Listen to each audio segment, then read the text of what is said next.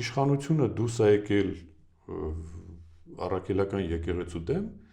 վարկաբեկում են առավոտից իրիկուն վեհափառին, սրբազաններին, բայց էջմիածին էլի հավասարակշռված է պահում իրան։ Դա նշանակում է այն անցած ճանապարհը եւ այն 132 կաթողիկոսները, որոնք իրար փոխելով եկել են,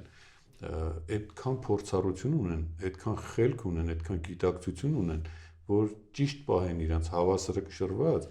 եւ վստահ եմ, երբ որ տեղը գա հակահարված տալու, այդ հակահարվածը կտան։ Պարզապես հիմա պետքա մեր հասարակությունը մի քիչ հասկացող լինի, որովհետեւ գիտեք, շատ դժվար է տգետ մարդու հետ խոսել։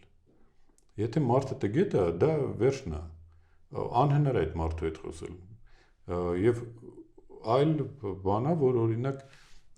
տգետներին առաջ են տանում, ինչ որ պաշտոններ են նշանակում, այդ տգիտությունը դառնում է քաղաքականություն,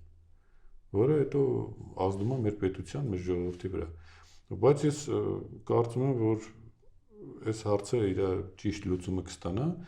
որովհետև այսքան դարեր մենք եկել ենք, չենք եկել, որ ինչ-որ պահի կործանվենք։ Կարծում եմ, որ հաղթանակը ելնելու է ժողովրդին, հաղթանակը ելնելու է քրիստոնեությանը եւ քրիստոնյա հայությունը իր խոսքը ասելու է աշխարհին նորից գալու են էջմիածին բոլորը մեղագան ու ստեղից սովորեն գնան իրանց մոտ տարածեն։